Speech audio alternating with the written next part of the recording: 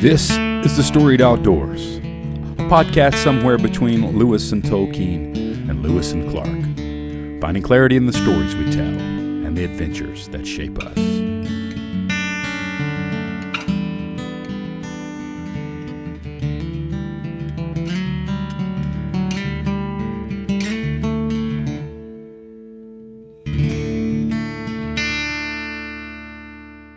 Welcome to The Storied Outdoors. My name is Brad Hill, and I'm joined, as always, by my good friend Brian Gill, my co-host, my pal. We do this thing together, and we're having a blast meeting people, telling stories, and we're fired up tonight to have a return to the show, but a real episode this time. Captain Robin Simms, Alabama native, mom of 2 daughters, co-founder of Alabama Women on the Fly, Mayfly project mentor. Love to hear about some of that maybe in the conversation. A renegade, she says, on the oars. Certified boat captain. I can't wait to hear the story behind that. We met Robin a year ago. I can't believe it's been a year, by the way. We were at the International Fly Fishing Film Festival there in Birmingham, supporting the Slam That Saves, the short film by our friend from Dorsal Outdoors, and featuring Mary Beth Meeks and Dr. Redeye himself, Matt Lewis, all of which have joined us for an episode. So, man, we're excited to have Robin sit down with us for longer. This time it'll be a lot longer, a full conversation. But before, we got a little taste, and we saw, man, there's a lot more under the surface there, a lot more stories to be heard from our friend Robin. And so, man, we're just honored and thankful to be able to sit down with you for a conversation this evening. Robin, welcome to the show. Thank you so much, Brad. Thanks, Brian, for having me. I'm excited to hang out with you this night. Oh man, this has been one we've been looking forward to for so long, and like Brad said, we had a little bit of a taste at the in the loud community room at Cahaba brewery, and it was a lot of fun to have that little snippet. I think we got a good bear story, if I'm not mistaken. We did. I always love a good bear story, and man, you didn't disappoint. You delivered. Yeah. The tent and the shotgun, and a shotgun and a bear in Alaska. I mean, that checks all the boxes right there. You can't take Alabama out of the girl. I mean, that's right. You learn a lot growing up in Valley, Alabama. Yeah. Well, 12 tag, Kings County teaches you a thing or two. That is so true. So there's a lot of water been under the bridge, no pun intended, since that time, since those that conversation. We were I feel like we were on the front end of a couple of big things. Like, I think the Alabama Women on the Fly was kind of just getting kicked off. I didn't even know that the captain certification was on the horizon. I mean, that was just like a surprise. Hey, look at this, like, ta-da. And then, and then, some of these other opportunities that you've had over the years. So, just in a real quick recap, what's been going on? Yeah. I mean, honestly, the last year I took a giant step back from a lot in terms of my volunteer work. I had to focus on my family and sort of a decision for myself, and a career swing. And I decided, I needed to kind of just pivot. I've been in a traditional sort of corporate position for the last 5 going on 6 years, and just wasn't really bringing that joy to me. And I was using my volunteer time to kind of fill that void here and there, and then that was taken away for family also at the same time. But so I just decided, I had to find a good balance. And so October, I just resigned from my position, and it took a leap of faith on that. And my partner Jason and I decided, it's time to do my upgrade to my 100-ton captain's license, and let's get that out of the way and get back into boats, where my passion is, where my love is. And that was sort of the kickstart of that wild twist of events, I guess. So you talk about, your occupation bringing this passion and this joy to your life. I work with a lot of people, and we talk about this kind of difference between your occupation and your vocation, like kind of your calling, something that you're uniquely equipped to do. And as a Christian, we talk about if there's a calling, I think Frederick Buechner says that if there's a calling, then there's a caller. And on a Christian campus, we talk a lot about this being called to do what we do. But that goes to all walks of life. It's not just ministry. It's not just Christian campuses and faculty members, but like, talk a little bit about that struggle that you had between this imbalance between occupation and kind of what you felt like was really bringing you joy in life. Sure. Well, just the last time I talked with you to you guys, kind of touched on a few things, how I used to raft guide in Colorado and did a lot of traveling and different on-end jobs seasonally.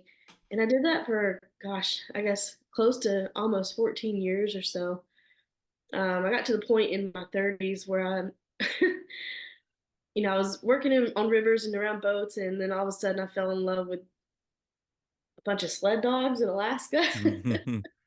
And that was my first pivot from working on the boats and in water and things like that to a whole new world. That's where I met my ex-husband, and we ran a sled dog kennel for several years. And so I just sort of got drawn away from my true passion into something new. And I loved the lifestyle and things like that, but it led me down a path where I decided, okay, well, by certain cultures, I'm supposed to settle down. I'm supposed to have a family. I'm supposed to get a job in the corporate world, have a 401k, have benefits, and check all those marks, especially in my 30s. All my friends were doing it at that point. Deep down in my heart, I just wanted to run boats still. Anyway, we moved back to Alabama in the process of some life changes, and that's when I had my opportunity to get back on boats and start working in the water again. And once I did that, I got back into a taste of it and found my passion again. It was short-lived only because having a child in the industry, a young child in the industry where you're taken away from your family or your home for sometimes weeks or even a month or so at a time doing salvage work when I was working for Towboat US took a toll as a mom, and my little girl was only 3 at that time. So I had to take a step back again and just sort of at that moment, maybe not do what I wanted to, but do what I needed to. And that was get back into a corporate position and have some stability just to sort of balance that out. At that point, I was a single mom and definitely had to focus. And the industry for boating and for maritime transportation, everything, it's not really conducive to a woman in that role with a child so much. So it was just a decision I had to make at that point. But long story short, she's 3. I'm now sort of in more of a stable environment with a life partner that works well together with me. And we now have a 3-year-old together. And he also is a boat captain. And so it's a lot easier to be back into it when you have someone who just supports you 100% for that path. And when I had the opportunity, after I decided that I just could not quite stand to be in a corporate HR position any longer, because I just couldn't find my fire. He 100% supported my change and my shift, and that was sort of the end of that question. I knew exactly what I wanted to do and what I had to do, and we just did a big pivot. So now I'm hoping to be able to use my experience and my captain's license for some things that are coming up on the horizon, potentially with Coosa River keepers on the Coosa River, like a floating classroom, things like that. Wow. So they'll have a big, probably 30, 40-foot pontoon charter vessel with 30 kids that can come on board and take them up and down the river. So that is so cool. So now tell me, where I want to come full circle. Tell me now, did you start Riverbird? I did. So Riverbird was my little guide business that I started doing. And, I did that on the side just to sort of tickle that itch that I still had for adventure while I'm in a corporate position. And I loved it, and I still love it. I don't promote it a ton just because I got way over my head right off the bat. I could not put out the service for the demand, especially with the kids on the weekend and all the different activities I was volunteering for with organizations. Well, that But I speaks highly of you, though. what's that? That speaks really highly of you and the respect people have for you, that you couldn't, Yeah. the I demand just, was out, way exceeded yeah, the availability. So, it surprised me, and I tried to sort of refocus that whole idea to be more of a support system for organizations. So when people were saying, "Hey, do you have anything to donate for a raffle?" I'm like, "Here's a trip, donate that," because I'd much rather use that skill or that gift and my passion being on the water to bring something to someone else. Um, it's weird to say, and I know Jason, my partner, hates it when I do this, but I would do it free every day just because I love it that much. wow. But in some way or another, it makes sense for it to bring something back to the table somewhere. So I was able to do that at least for Coosa River Keepers for a majority of their fundraising at the beginning of the year, and did a little raffle off for that, and that was fun. I got to do several trips over the summer. We had a blast. I got to meet a lot of people, and unfortunately, I had to turn down several requests. Just didn't match up with my calendar. But I'll have some more openings this summer, and I hope to actually team up with Alex Carter with Float Alabama on some things this summer. So that's sort of on the horizon too, and that'll be something fun to look forward to. That's a cool place down there. It is. Yeah, so I think he's taking a little bit of a turn too. I don't know if he's going to have the shop on the highway anymore, but he's going to have more of a mobile aspect and focus more on just the Tallapoosa, but also the Coosa River as well for rentals and things like that. Oh, that's cool. Yeah. Robin, where did this love for being on the water and boats and you're a captain, but that started somewhere. Where did all that start for you? I mean, at a young age, it started just from growing up on the Chattahoochee River with my dad fishing, my mom fishing, sometimes together in bass tournaments, and a lot of the time we spent at Lake Martin. We had a tiny little trailer cabin at Lake Martin, sort of the OGs of Lake Martin, over at Pleasure Point Park, and we spent every weekend over there. It was like our little family cabin we all pitched in on, and we just ran the banks of that lake in the Tallapoosa River, and we were just feral, free-ranging children on the water. And by the time I was able to reach the clutch, my dad had me backing up that bass boat trailer down Pleasure Point boat ramp, which was steep. And, man, boat, he pulled it out, and he'd just be like, "Take off," and I'd peel out because I could barely reach the clutch. So I'd just slam that gas and take off. And sounds like that Alan Jackson song "Drive" was written about you, actually, on the Chattahoochee. Just when Daddy let me drive. Little kid in this like Chevy truck, just trying to get my daddy's bass boat on the water for him. Oh, I love it. That's hilarious. There's a meme floating around. I don't know if you've seen the meme floating around, but it says something like, "Some of y'all never backed a bass boat down a ramp with your daddy yelling at you, and it shows." And it shows. Yeah. It's true. That's right. There's some life lessons. Yeah, but, nobody knows anxiety like people have done that, right? Yeah. There's no pressure. Well, I think the other one I've seen is like, you don't know anxiety until you held the flashlight for your dad while he's trying to work on something. Yeah, definitely. Man, every time I back my boat in the water, like I'm always like, especially when there's an audience, I'm so nervous. And I drive this old raggedy Jeep Wrangler, and I'm like, man, this thing's gonna end up in the water one day. You gotta roll your windows down, make sure you're ready. Just in case. And there's always like an audience, and I'm like, dude, I'm gonna mess this up. Or mainly, I'm good at backing it up. It's getting the boat on the trailer. That's like, my boat is so darn flat Yeah. Oh, It is. yeah. I don't have a nice V for it to just slide right up in I there. said, if you Mine's don't have flat.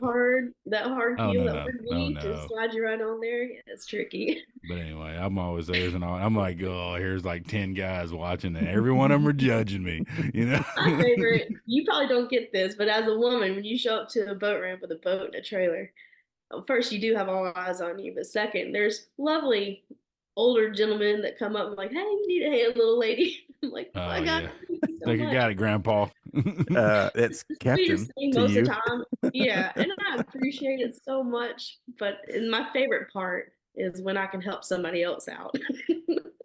Yes. Jackknifing left and Oh right. yeah. And Thing looks like a Swiss Army knife under, yeah. under Working duress. towboat. Yeah, working for towboat, I had to do a lot of trailer assist stuff by getting, vessels on trailers that were not running and things like that. And I had lots of opportunity to help out with some of those. And Serve up some humble pie. Here you go, yeah, sir. it's as awkward as they want to make it, really. I'm just, Yeah. going to be a hand if they need it. That's That's right. I don't have awesome. nothing to prove. I don't need them to prove anything to me. It's, you're paying by the hour, so You can take long as you want to, boss.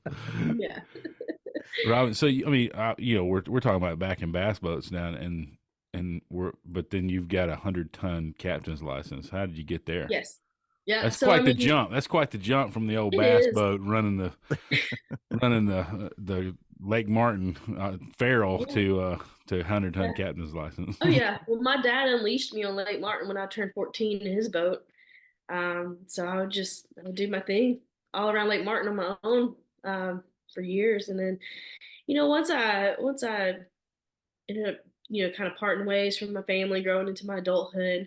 That's something that just sort of stuck with me through life. Is that confidence in water and on the boats, and knowing I could figure out and operate just about any kind of boat. Because I've been through so many situations with my dad blowing motors up or whatever else. But um, once I got to Alaska, I think that was really the next big moment. I was able to get back on boats and work commercially on some boats, and I was working with Fish and Game in Alaska, and we were running jet boats on the Susitna River.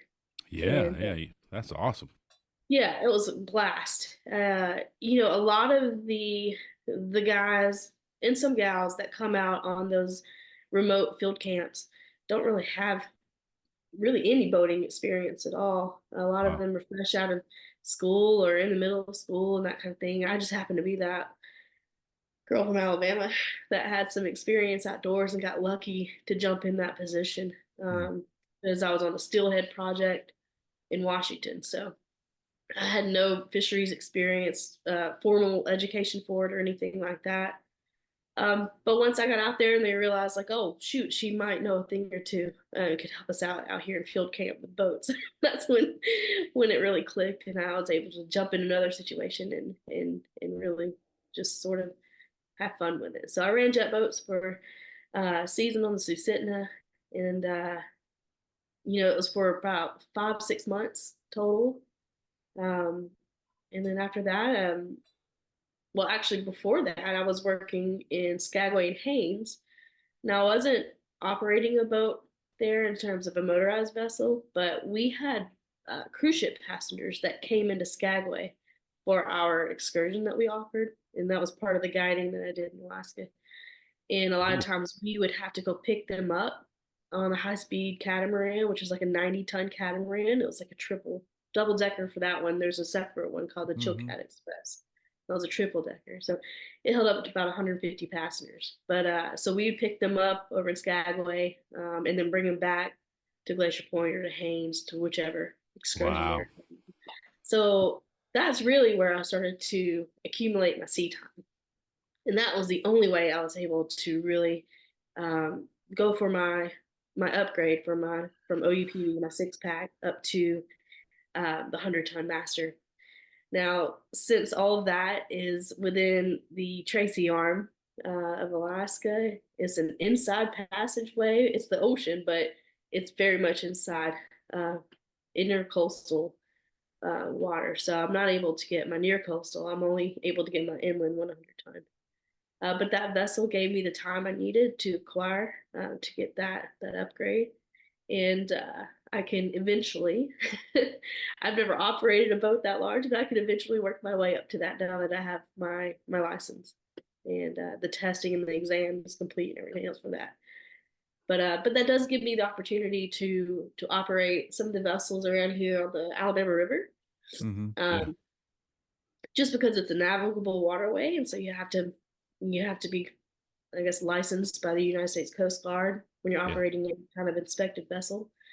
And so that also allows me to operate any excursion that has over 6 passengers. So I believe my cap would be maybe 150 passengers total, depending on the size of the vessel. But yeah, but I'm kind of working for that middle. Less It's than a lot that. of responsibility. 30 people would be my max that I would be comfortable with at the moment. Yeah, that's a lot of responsibility. Yeah. So there's so much you can do with that license, and there's more you can go for. In the masters, you can do unlimited, and then all of a sudden you're running like large barges and things in coastal and transportation stuff. So, that's the cool thing about it is if you can find an opportunity where someone gives you a shot, you can work your way into it easily. Yeah. Wow. That's cool. Yeah, there's a whole, the whole business that, I wasn't aware of down here. I live on Mobile Bay, and so there's a whole business. Their only purpose in life is to guide the big ships in and out. Yeah, that's what they do. So part of my ski school's in Bayou Battery, Alabama, and they take a lot of people through that course there for the transportation and oil rigs and everything else. Pretty impressive. Yeah. I had one of those honk at me not too long ago. Were you in their way? Well, I was dead in the water. Oh. I was dead in the water in my skiff, me and my son, and my trolling motor was the only thing alive. And I was going into the wind and felt like I was on a treadmill, and there's this tanker ship. Coming at me, and man, one of those pilot boats comes around. He comes wheeling around. He's honking at him. Bang, bang, bang, bang. I'm like, bro, I promise. I'm like paddling. You're the red of a red flag. So, but I was moving, and then I got just out of the way, and I had some guys come up like, "Hey, do you need us to pull you?" I was like, "I think I'm okay, but I may need some new drawers." But yeah. My son's like, "Did we almost die?" Yeah. I said, those big guys generally have right away most every situation except when you have no power. But they don't have very much maneuverability out there. Mm-hmm. Well, there was nowhere for him to go. We were in a very tight spot. Oh yeah. But it was a little scary for a second. You were running his radio or nothing? You couldn't talk to him? Oh no, no radio. I was like, you didn't do your arm signals. We're flare guns. Yeah, it was about to come to that, but they saw me. And the pilot boat was coming around. I would have been just fine. Get out that big old orange life jacket and put that on, and they'll know exactly what's happening. Yeah. That was something, but man, that's so awesome. That's so much opportunity for you, and just some incredible things on the horizon. That opens up lots of doors. So that's very, very exciting. It's Robin, really it's funny though. We're kind of planning our end game with this whole strategy for retirement. Once the kids are out of school, out of the house, Jakes and I are going to take off and go do yacht deliveries down on the coast. Hey, that sounds awesome. Big money. Nobody knows how to run those boats when they buy them. They have to hire some captains to run those big yachts. So that's a great idea. I think like that. Well, that was my next question. So, for those of us who don't really know what 100-ton boat would look like, what is that like? Give us some visual of the type of boat that we might see that would be something that would be 100 tons. Okay, yeah. So I'm not sure if you're familiar with the riverboat downtown Montgomery here. That does the big dinner cruise. A boat generally 100 tons is gonna be right around probably 65 feet or so. Okay. And sometimes they can be triple deckers, and that's the vessel that typically holds about 150 passengers. And that's another opportunity around the corner potentially. I could jump on the riverboat down here and just work a few weekends here and there and help them out. Have you seen the cruise ship that's up and down the Tennessee River? I have Yeah. not. No. Is it There's like a smaller cruise ship, like the 65 to 100 passenger thing? Like it looks no, like a little mini, not really. the one that we saw was a big one. I mean, I Really? mean, it looked like a barge coming down, but it was like had people out eating dinner. I mean, we're sitting on the Tennessee River, just kind of hanging out and fishing, and Yeah. here comes a You're cruise like, ship, what and is I'm like, that? guys, I think that's a cruise ship, and Carnival's headed to Pigeon Forge. I mean, what are we doing here? it wasn't Pigeon quite Disney Forge. cruise, but it was like one of the old Viking cruises or something like that. Yeah. But like I was sitting there thinking, I was like, man, that'd be kind of cool. And I checked the price on Yeah. it. I was like, I'm good. I don't think I'm not gonna. I don't think I'm Not gonna bad. be. I think I'm gonna stick with just the bass I think boat. I'll do a real cruise. Yeah, you Yeah. can go to France. Oh God. Yeah, I don't think I'd want to be on the Tennessee River running a cruise ship with all those barges up and down that river. There's no way. Golly. Yeah, No way. No, thank you. it gets pretty tight sometimes. Yeah. Even Yeah. even as wide as it is in places, those barges are 3 wide, and Well, you got some crazy curves through that river system too. yes, Yeah, some Hairpin hairpins. turns. Yeah, hmm absolutely. Yeah, Jason ran towboats up there for years, yeah. and I helped him every now and then. And there's some wild stuff going on up there. A lot of locks and dams to go through around there too. Um, so I got a couple of follow-up questions, just kind of talking about this. What is one of your earliest memories on the water? Oh, it's funny you asked that. We were just talking about this the other night.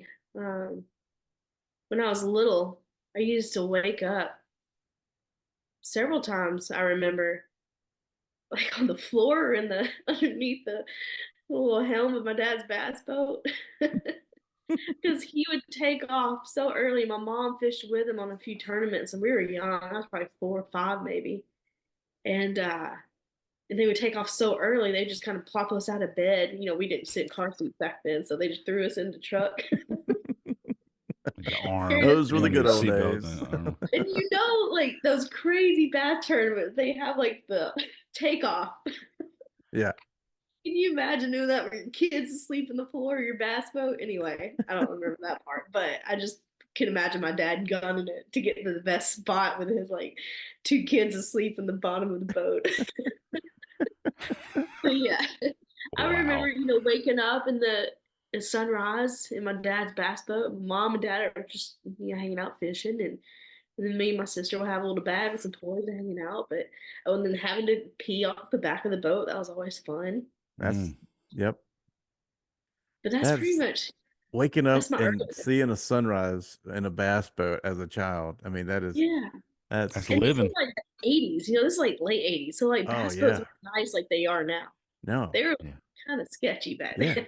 It Yeah. beat you to death coming out of there. You hit a Yeah. couple of Yeah. waves, And you it was get like the sporty. verge of like the glitter boat era, Yeah. So, I Oh, mean, that's glitter what my dad rockets. really wanted to get into for that. But That is too cool. yeah, Oh, glitter rocket. You were in like an aluminum like bass tracker or something, weren't you? That's what we I were do in. think it was fiberglass. I don't know if it was aluminum. I think it was at least fiberglass, maybe. But I remember that carpet, that Had that terrible old carpet, fake like green carpet, like supposed to be like grass or whatever. with That the stuff was whole awful. sand in it so bad Oh yeah. too. And you slap those waves and sand just stinging you.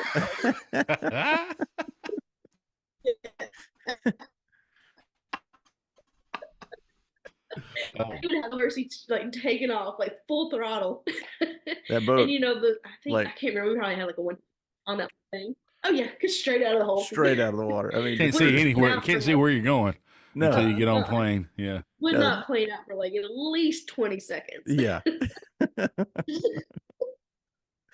That's awesome. Yeah, That's a good great day. early memory there. That's a great early Yeah, memory. and my uncle Sunrise. Jody, well, he's still up and down the Chattahoochee River in his little like aluminum boat. He's a river king down there, and he catches some of the biggest bass out of the Chattahoochee, especially below Langdale Dam and Crow Hop, and I love seeing him. Till this day, we'll go out on a float with like the Oars Foundation or Project Healing Waters down the Chattahoochee, and I'm in my raft, rowing people. He cruises up to the first boat he sees.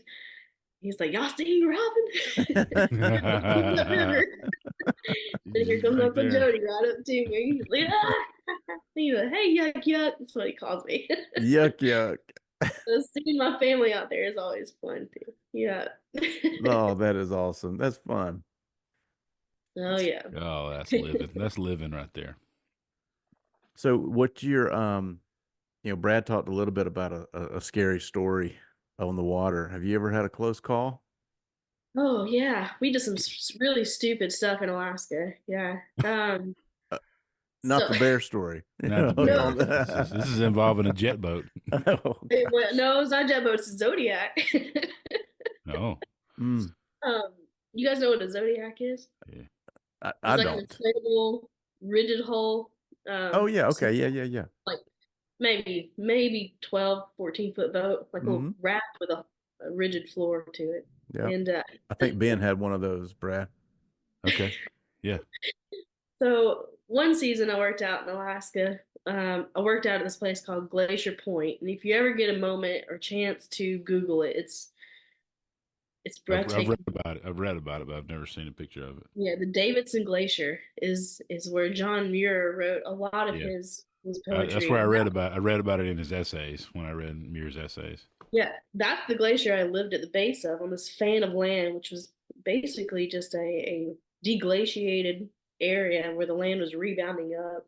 Wow. Right on the coast from this massive glacier receding off of it, and we were a few miles from the nearest dock to Haines, um, and so we'd had to take our Zodiac to and from that little inlet to get into the old beater van and drive it into town or over towards the cruise docks where the big boats park. And it was in September, and it was so stormy because September brings a ton of rain and weather in Alaska.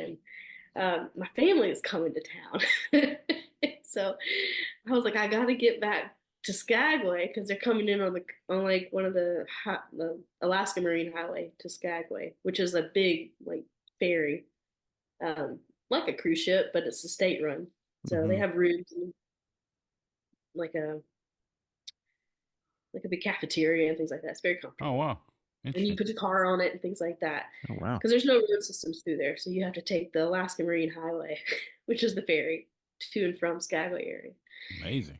And so they get up there and they're there for a day. I couldn't get out of there because there was a small boat advisory. We couldn't leave. The high speed catamaran couldn't beach and let anyone on or off. The waves are just huge. There's probably 4 or 5 foot white caps at that point. Second day, they're stuck in Skagway. I'm like, gosh, this is terrible. Like my family came all the way from Alabama and I can't see him. It's the second day. Mm-hmm. We try to call in one of our local pilots who's crazy as all get out. We're like, oh, he'll come pick us up. He's like, no, I'm not going anywhere. You know it's bad then. So Yeah. So we jump in that Zodiac. And at that point, it's big. I don't even know how big the seas were. There's still a small boat advisory out. We had no business being out there in a Zodiac, but we rodeoed our tails across that fjord. And I had never been in the middle of swells this big. And once you crest over a wave and you start dropping going down, down. Ooh. yeah, it like pushes you fast. And then that wave will break behind you and cavitate behind your motor because it sucks that water out from your motor area from the propeller. And so you have nothing to grab on to keep your propulsion going. Oh my And gosh. so it's kind of a weird ebb and flow, and you got to have the right angle to work a lot of the swells in big water, or it's just going to swamp the boat, especially a Zodiac. Mm-hmm. We've got like, I don't know, 36-inch, like high. That's not a gunnel. That ain't a gunnel. That's just. But we're in our full dry suits with our life jackets on. Like we're just rodeoing through there. Just, as happy as we could be. Anyway, that was probably the stupidest thing I've ever done. I'm sure the Coast Guard saw us somehow like a viewing station. I was like, yeah, there's the Chilcat guides coming across the inlet there. we made it. So we made it, and I was so excited. Finally got to Skagway, and I'm surprised he didn't get fired for that. I don't think. Well, actually, one of our managers was the one driving the Zodiac through that. So Can't fire me. You were driving. And you know what? The fun thing is, her name is Jen Thus, and she's probably one of the most influential people in terms of a role model for me to go after my captain's license, because that's just the kind of girl she was. She was like, why not? Why not do it? Everyone else can do it. Why can't I do it? That's awesome. Probably against our better judgment on some things. But I trusted her with everything. If she felt like she had a good grip and a good decision on something, I followed her. And but that was the stupidest thing. High seas, small boat advisory in the Zodiac. I'd call that a close call, Brian. I think so. Yeah. Close call. Yeah. Could have He died. drove that thing like my dad drives his bath boat. So I was like, we're in good hands. Full throttle. The worst of it though is like a tiller handle style Zodiac. So you don't have like a wheel and a helm. Like you're holding your life to this tiller handle, like trying to, work the waves. Oh my gosh. Good stuff. Good stuff. Good stuff. Good stuff. Good man. We made YOLO. it. There's a lot of hairier things, like scary situations I've been in, but not because I put myself into those situations. It was all with Towboat US being called out to other people. Boats on fire, boats are sinking. We did a lot of recovery and salvage work down in Corpus Christi, Texas for Hurricane Harvey. So we're raising up sunk boats and sailboats and houseboats and everything else, and pulling them. That would be pretty interesting. Oh yeah, I got tons of pictures I can send you guys of the chaos down there and some of the jobs we did that were just crazy. That's cool. One of our early episodes on the podcast was with Bart Valley. He's a good friend of mine who is in-flight mechanic on the MH-60, and he won a medal for they rescued over 100 people during Harvey. They were flying a helicopter in the middle of that thing. Oh my gosh! Pulling people off roofs. Yeah. It was a mess down there. That was a wild storm, man. Yeah, it was scary. And then we went down, several weeks after the storm hit. It's kind of a no man's land. It's dangerous, it's scary, and there's still people out and about and trying to just clean up what they got left. And it's one of those things where you sort of always watch your back. You don't know who's out and about that maybe shouldn't be there, looking for opportunities or whatever else. But interesting. We talked. Yeah, gosh, yeah, it is always sad. Well, we live, right in the shadow of potential of hurricane, every year where I live in Mobile. So we're always watching. We all become meteorologists. Everybody's watching the weather. We talked about close calls, Robin. What is there a time in your life or a particular event that you would point to as sort of a defining moment for you or a turning point for you?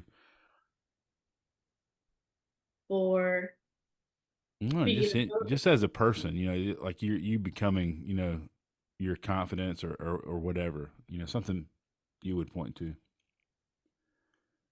I don't know if there's an actual defining moment. I feel like I've lived so many different situations.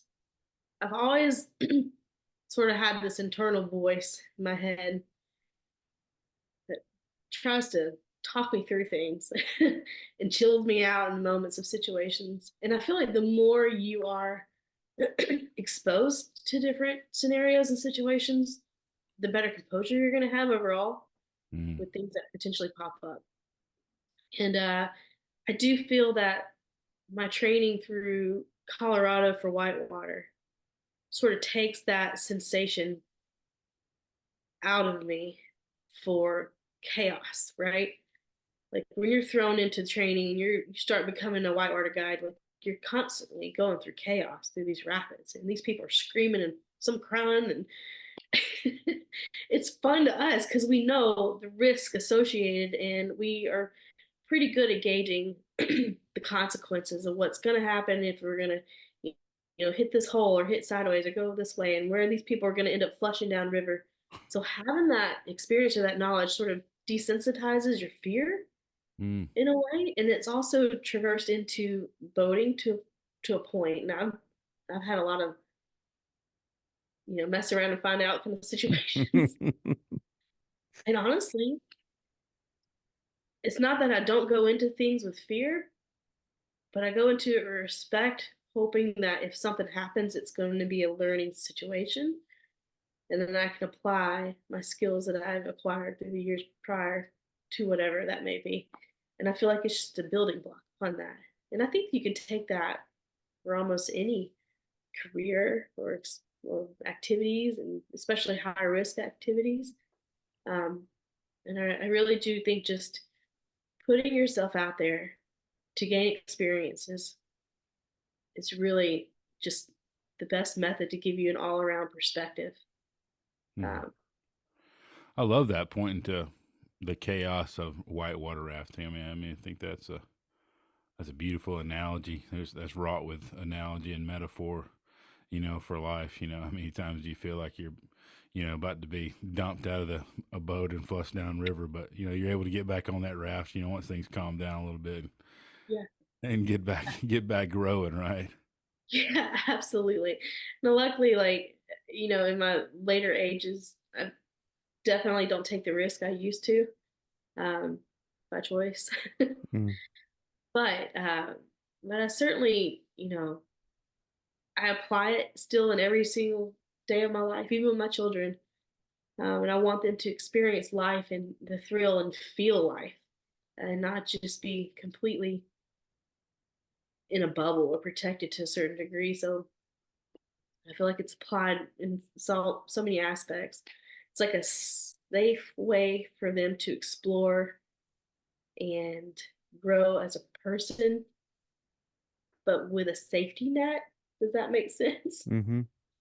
So applying all that experience and that knowledge to raising kids has definitely come in handy to at least for my wild ones. Yeah, I think that's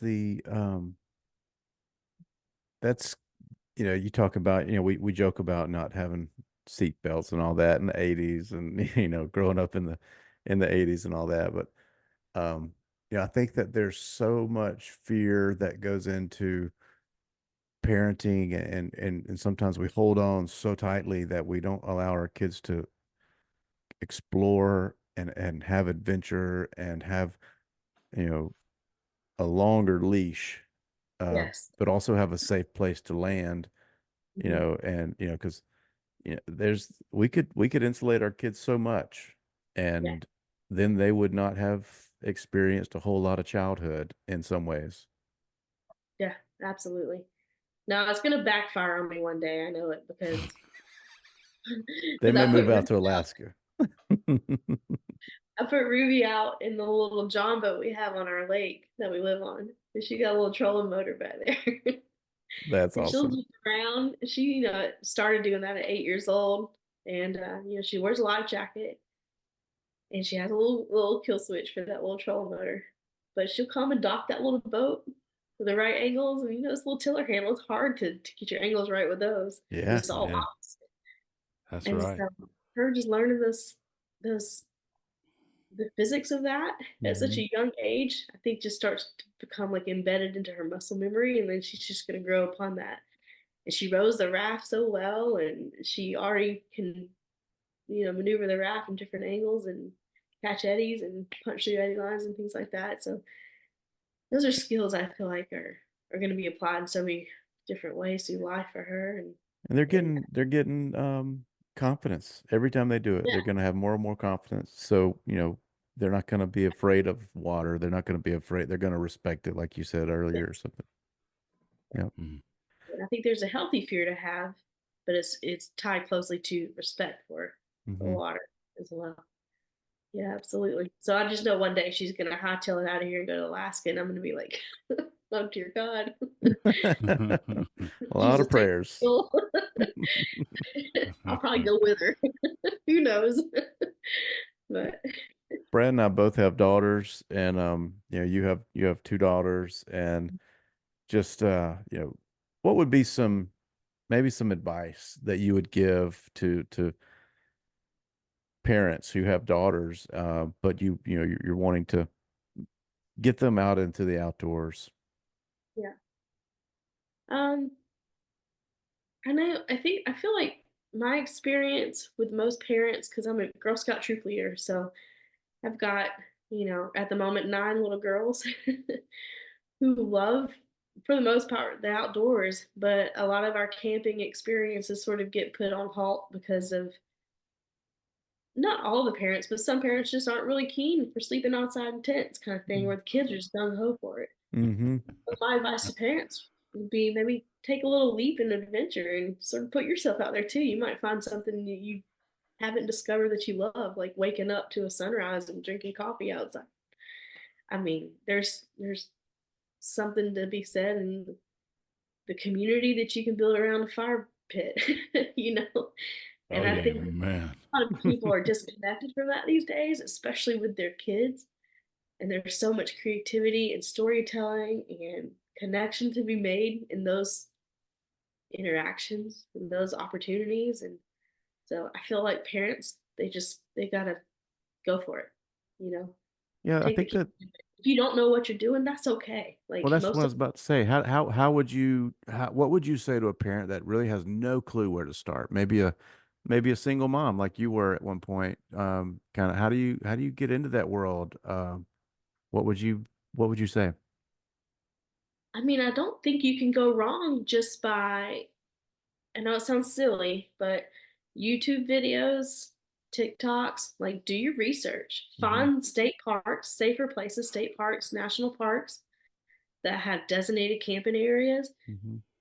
Park rangers are so friendly and fun and chill. I mean, they Yes. see you as a single mom with a kid coming to do this. Like, they're going to be pumped to tell you about all the different activities they have for the night. They have like campfire stories and stuff, usually, or, different things they put on. So I think finding, first off, your closest area that has either a state park or a national park that can accommodate groups of people where you're going to find or meet like minded parents that want to be out doing the same thing at the playgrounds, at the park, and things like that. It's a good way and a good step forward.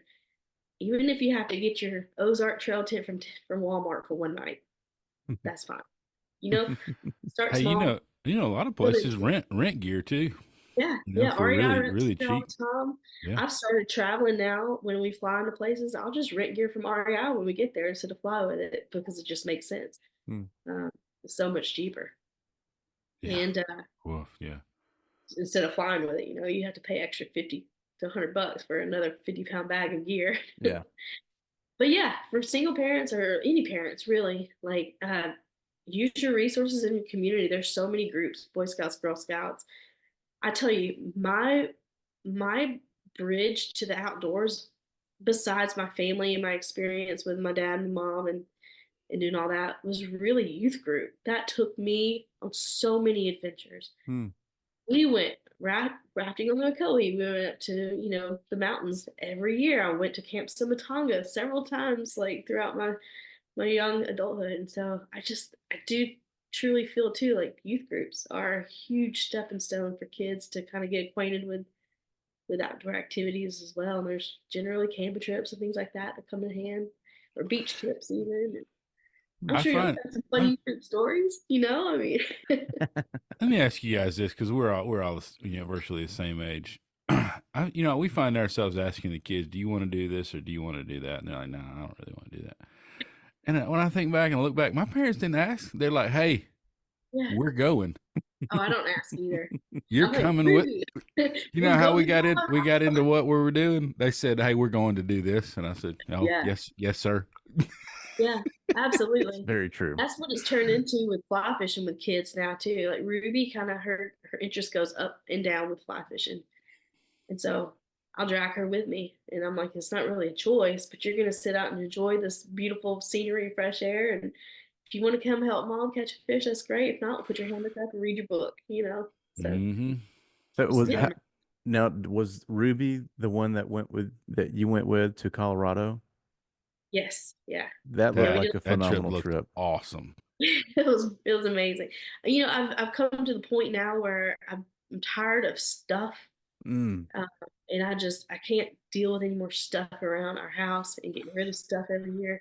So I've really concentrated Christmas and birthdays on gifting experiences especially for her age at 10. And that was one experience that she wanted to do, was go see Colorado in the fall. So wow, it was our old pal Andy Blanks. He says, want to give his kids stories, not stuff. yeah, yeah. And I I love hope one that day so I can much. put all that stuff in like a little book for her, like these little Yeah. books you can make, and maybe she can carry those to her kids one day and say, look how cool, like, of a childhood I had. I love it. I absolutely love That's it. fantastic. It looked like Good y'all had the advice. best time. We do. Well, it's created a monster, and now she wants to go to Korea, and she wants to go to Egypt, and I'm like, hold, pump the brakes, like. Hey, you got a little Dora the Explorer with you. Yeah, like Mama can only speak Alabama. Like I don't know how we're gonna survive. Hey, I got you. I got you a hookup in Egypt, so you get Okay, ready to go. I can fix okay, you I would up. love that.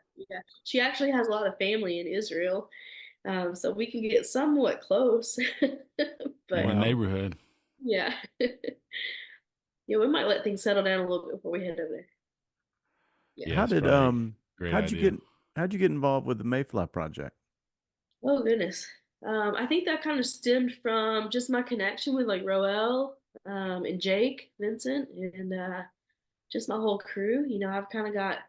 I really got wrapped into the whole fly fishing community because of those fellas, and That's just awesome. offered my guide service with my raft for Project Healing Waters, which led to the Oars Foundation stuff, and then once that came full circle to the Mayfly project starting up in Alabama, I was like, sign me up. That's really where I've had my passions, working with kids, and I love that side of instruction for fly fishing, because I Mm, am not a fly fishing instructor whatsoever when it comes to other adults. But with kids, I can connect, and I can start in really elementary terms and ways of making it fun, and figuring it out with them. yeah. I think they like that too. They like that it's not some professional person coming straight in to tell them how to do it, but Well, they're you're like, "How do such you an do advocate it?" for getting people on the water. I mean, if it's not Mayfly or oars, there's also this whole other arm of Robin, that's Alabama Women on the Fly. Yes. And another part of that too is I'm not there to teach people how to, but I really am there to help people connect to the resources that taught me. Hmm. I feel like it's real important for people to take that initiative to really connect with that community when they're learning, and there's no limits. You have people like Rob Rogers and Roel, and I mean, there's just a slew of people in our community that are there to just pump you full of praise and good information, and they just want the best for you. They really want to see you succeed. And being a woman in really a male dominated sport, Alabama has been the most arms open, welcoming place to do that. And I don't ever want any woman in the state to feel intimidated Hmm. walking into like Rob's fly shop, because it's anything but. Whereas if you go to some fly shops out west, there's a little bit of the prestigious sort of air. Hmm. um, so so really, Alabama Women on the Fly is just that effort to bridge a lot of women in the sport in the state to these resources. Hmm. And it's not just a, a club just for women kind of thing, but really Hmm. it's just that effort to connect everybody, What's especially women in Alabama. There. what's it like to see somebody catch their first fish on a fly? Oh, it's exhilarating, especially a kid. I tell you, some of these kiddos we work with, it's heartbreaking, really. Mm-hmm. Just the Not the social, greatest of home lives and a lot of yeah, and hard upbringing. yeah, and just the simple social interactions are so challenging for them at points. But to see them kind of release that anxiety when they're on the water and they're actually applying the skills they're learning, they kind of lose all that weight. Hmm. And it's weird because it happens to me too as an adult when I'm on the water and fishing. And I'm sure lots of people can relate to that. That's why we all love it so much. But to watch these children be able to sort of just immerse their whole mind and body and catch a fish, and a lot of times they won't touch the fish, which is okay. Yeah. But the smile on their face is huge. The relief in their hearts are just surrounded in it, and I think it's creating a moment that's going to be impressionable, and it's one of those moments that really is going to stick, that they're going to draw back to as they get older. And so I think for me, that's what's important, is create multiple moments for these children that way. Or even the women in Alabama, Women on the Fly, and a lot of those women have gone through life, same way I did. And to find a passion or a sport, and same with Project Healing Waters, fly fishing. A lot of those fellas have gone through some really tough stuff. And to connect and fly fishing and find that balance with that new community of people who encourage them to continue to reach for that feeling, that fish, that pursuit of happiness. But and then along the way you learn it's really about the pursuit, and it's less about catching the fish, and it's really just about being on the water. I heard that. But we know it, Brad Robin's going to be captain slash counselor slash life coach. All these people she's impacting on the waters is going to be. I don't know about that. Your reach is far reaching. I think I just lived a whole bunch of hard life here and there that I can relate to a lot of different people in ways. So I think sometimes God allows us to go through things so that we can help other people who are going through similar things. Oh yeah, definitely. Yeah. Absolutely. Yeah. No, there's no. I always like to say there's no waste in the kingdom. No. That everything that we're going through has purpose. And perhaps it is to encourage someone who's in the midst of that. Whatever that may be, that you've gone through something similar, and you can go, it's going to be all right. You're going to make it. Yeah. You're going to be able to get through it. To put your My arm favorite around thing them. is in the midst of those storms to draw from other experiences where I've had so many good, happy moments. And it gets you through some of that. That's right. We're talking about the Mayfly, and the Mayfly project works with kids that are predominantly in the foster care system. Is that right? Is that correct? Yeah. Yeah. I don't think a lot of people really grasp what it takes to end up in the foster care system. Yeah. If a kid is in that system and in that program, it is really bad. They've been through something terrible.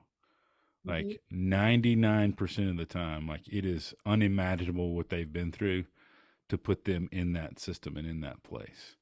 It's not just they had a bad home life. It meant they had a horrific home life to be pulled out of their home. So when you see an organization like the Mayfly working with kids that are in foster care, and to give those kids put a smile on their face, and to give them a moment of release, man, I can't begin to tell you how important that is and how impactful that is for a kid that is in that kind of situation, because they have been through things that most people can never imagine. Yeah. And so, man, I appreciate your willingness to take part in that, to come alongside those and enter into that story with them. Man, I love the Mayfly organization. I'm thankful for what they do. That's really, really cool. Yeah. I inadvertently realized too that it wasn't even just about the fishing and teaching kids how to fish, but most importantly, it was almost a blank slate for these kids to have a healthy adult interaction. Yes. Once, and to sort of explore that ground and how that's supposed to work, setting boundaries in a healthy way and respecting each other. And there's so much that they learn through these interactions with the mentors for the Mayfly project, that it's skills that they take on into their adulthood that maybe they weren't able to pick up somewhere else. Or a lot of these foster families are doing the hard work too, and they really are, deep into that as well. But sometimes when you take the child out of that foster parent environment with a total stranger, it's like a new experience for them to say, okay, well, what's this person going to do to me? Because all they really know from adult interactions is probably pretty toxic in a lot of ways. And so it's just another chance. That's good. To gain trust. Yeah, good and work. help them rebuild that foundation. Yeah, good work. Well, you've mentioned a couple of times fly fishing, male dominated, and you're absolutely correct. Most of our guests are men. We do our best to get people like you and Mary Beth and Emily, different ladies to be on the podcast because we don't want it to just be all dudes, and it's not all about hunting and fishing either. We try to mix it up and keep it fresh. We got some cool episodes coming up this season that have nothing to do with hunting and fishing. I'm excited about them. But one thing we have been asking, as of late, we've been asking some of our guests, what are good qualities of a man? What makes what's good manhood? There's a lot of toxic manhood, but from your perspective as a lady that interacts with men all the time, I would be fascinated to know, in your opinion, what's good manhood? What's a thought on good manhood, and something that you would say that's a good man there? Yeah. The world needs more of that kind of man. How about that? Yeah. Let's phrase it that way. Gosh, it's hard to really pinpoint that, just because I am fortunate to know so many golden-hearted men and humans, especially in our fly fishing community. And I think that's part of my ability to be so closely connected to our community and not have any sort of weird vibes or feeling any kind of tension. So I think the biggest aspect to that, the character trait that I find the most admirable, it's really humor. Is that, does that make sense in a way? Like to use humor in all aspects. Don't be too serious about yourself. You know what I mean? Yeah, like, absolutely. You never know who you're talking to and what they've done and what accomplishments they've had, and you just take a step back, and you don't have to prove anything. Like, just don't be so serious about yourself. And that's one thing I love the most about most of the males in this industry. They're so lighthearted and they're so fun to be around. And if they have a terrible day and they get skunked, they're going to laugh about it and make jokes about themselves. And it's so fun because you feel like, okay, well, maybe that's normal. It's okay that I caught a little shiner on my fly fishing trip to the mountain and didn't catch a trout. We call them mini tarpons. Mini tarpons. Mini tarpons. Just a baby tarpon. I think that there's a level of humility that has to come with that, and that trait seems to be allows you to have humor and not take yourself too seriously. I mean, because I've seen the opposite, right? We've all seen the opposite. Yeah. People who think a lot of themselves, they let people know it, and it just does not. That's not the kind of person that you want to be around a whole lot. People are kind of drawn to humility and servant, putting others first, that type of thing, and keeping it loose in a lot of ways. Yeah. That was one of the Pretty more, but that's my biggest. I like it. I love it. I love that. Thank you for answering that, Robin. That was a hard one to answer. I was trying to be like pretty middle ground on that. Oh, that was great. That's good. Don't have stinky armpits. You know what I mean? Like, don't have stinky armpits. Wear you can have deodorant. It's okay. Fellas. You're in the wood. You're fishing. Yeah. No, that makes me think about I don't know how many folks have watched the Chosen series, that put out by Angel Studios, but it's a series about, the life of Jesus, and it's really well done. If you haven't watched it, I think it's really creative and very well done, but they portray Jesus in just it's the first time I've seen a cinematic Jesus that I thought, oh man, there's a Jesus I want to hang out with. Yeah. Was he like super chill, laid back? Well, he's just a dude. It's like he's a dude. He's not like so, you know, they're not trying to make him so much like God that he's not man. Right. But they're He's not not so trying to make righteous. him. Yeah, no, but there are several times throughout it where he has humor, where he jokes around and he laughs. And, there's a scene, he's kind of in a wilderness area and he's camped out on the edge of town. This is before, he enters into his ministry or what have you. And he's camped out there and these kids find him and he's laughing and making fart noises with these kids. And I'm like, man, I bet that's exactly how Jesus would be. He would just be fun to be Totally around. did. Yeah. He Be a totally fun. He would be a lot of fun to be around. He would make fun of, one of the disciples is dancing, like, like they were joking around. And like, I think that is a great quality to bring a lightheartedness. Talk about somebody that didn't take himself too seriously. I mean, we're talking about the guy that's fully man and fully God. He took off the throne and put on flesh and became obedient to death and looked at the throne and said, that's not something that I really want. I'm not like, I don't need that. Like he was full of humility and funny. I think he was funny. I bet he was funny. Yeah. And, that's cool. I like that inequality. Yeah, that's good. I think it leads to all other ways of being approachable too, for all kinds of people. You're not going to turn anyone off when you're smiling and having a good time. You're going to draw people to you, and luckily, most of the people in our community are that way. So we all are so tight knit that we have a good time together always. Yeah, you there's so much in the world that's negative and just bad. People don't need to add to that. It's this, be somebody that other people feel like they feel better about themselves when you're around them, and just kind of pull the best out of other people. And I think that you do that, and I think that there's a lot of people in this fly fishing community in Alabama that do that as well. I mean, there's a dozen or more names come to my head right now. So yeah, that's good. Well, Robin, one thing that we like to ask our guests is, what is your next adventure? Gosh, let's see. As far as fly fishing goes, anything.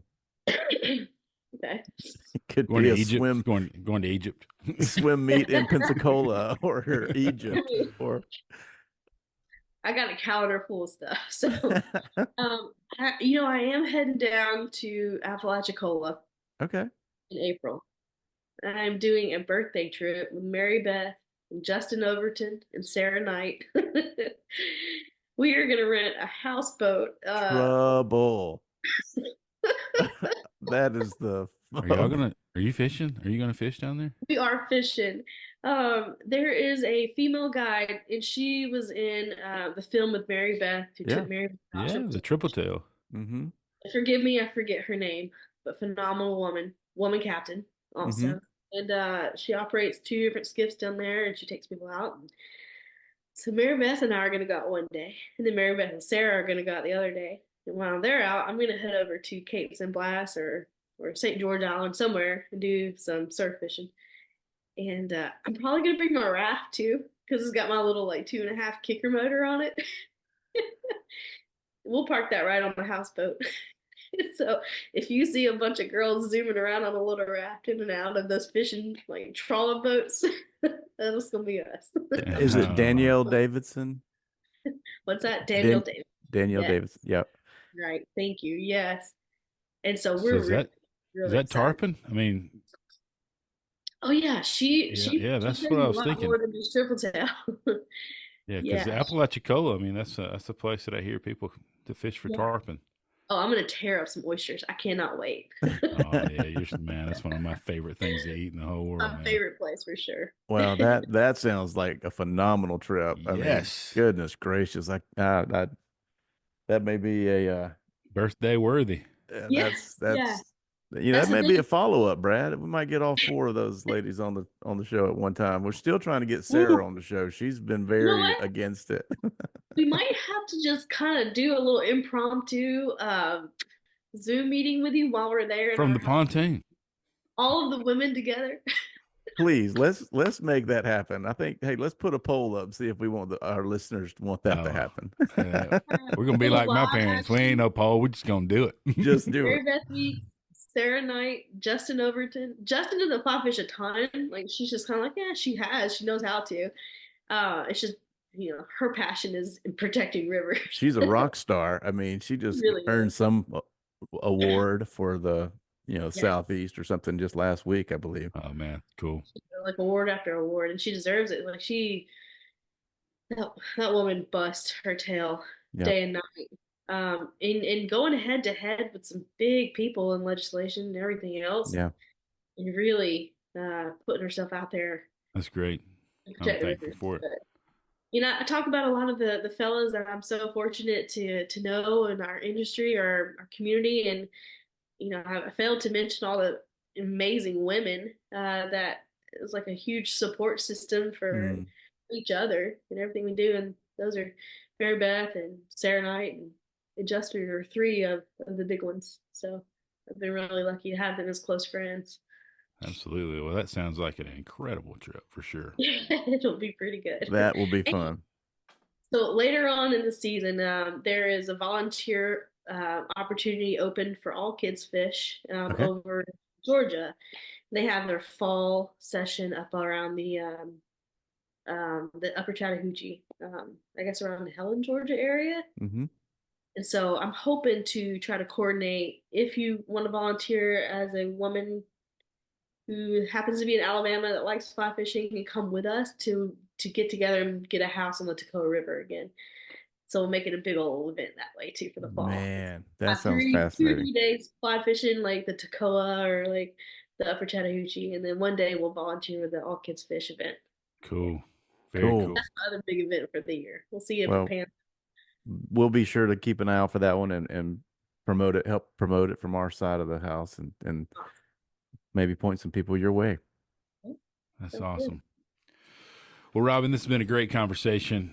Thank you so much for taking time out of your schedule to join us and share your life and your story with us. And man, we're just thankful for it. Appreciate you. Thank you guys. I always have fun with you guys. It's always so fun. I could keep going all night. I know. We need a campfire next time. A little virtual campfire. Oh man, that's screens. Hey, April's coming. There's nothing better. Yeah, y'all come on down to Appalachicola. Like, just show up. Oh, that would be hilarious. We'll take you out on the raft with us. We'll all pile in there. Oh, that's fun. Yeah. Well, what a great, man, just a lot of good things to think about, from this conversation. I really appreciate your tenacity and your willingness to put yourself out there to try hard things. You've accomplished a lot, and man, you're an inspiration for a lot of ladies. And I don't know if my daughter, who's 14, probably doesn't listens to Dad's podcasts, but maybe she will one day, and she'll hear Robin Simms' story and be inspired by you, like you inspire lots of ladies around you and young women around you, including your own daughters. But man, I really appreciate that, and I think we could all use a good taste of humbleness and humility as we interact with others. It's not just a good quality of a good man, but it's the quality of a good human. Yeah. To not take ourselves too seriously, right? And absolutely, man. So that's so good. I hope these it certainly inspired me. Just as I parent my children in the outdoors, these stories encourage us and me and Brian, but they'll encourage many who listen. We're thankful for all those that do listen. Man, we've had a lot of people that tune in and listen, and we're so thankful for each one that does. And many of you have left reviews. If you want to help the show out, you leave us a written review on iTunes, especially. You can leave us a review on Spotify, but written reviews on iTunes are a huge help. And if you like YouTube, you can also load it up on YouTube so you can follow along and watch the video on YouTube as well. And you can leave us a comment, interact with us there. But if you want to share any thoughts with us, you can email us at thestoriedoutdoors.com. And we'll have some pictures from Robin. I'd love it if you share some of your pictures, maybe from Alaska, and some of the pictures you took on that trip to that we were talking about earlier, Colorado, were beautiful pictures, and share some of those. We'll have a website. We'll have a web page devoted to this episode, and we can highlight some of those photos on that website. And so you can always find out more about what's going on with the Storied Outdoors at www.thestoriedoutdoors.com. But so long, man, we just hope this encourages you, challenges you to write your own stories and share your own adventures in the place we love to call the Storied Outdoors. If you've enjoyed this podcast, please take some time to leave us a review, or better yet, share it with a friend. We hope these stories encourage you to write your own stories and share your own adventures in the Storied Outdoors.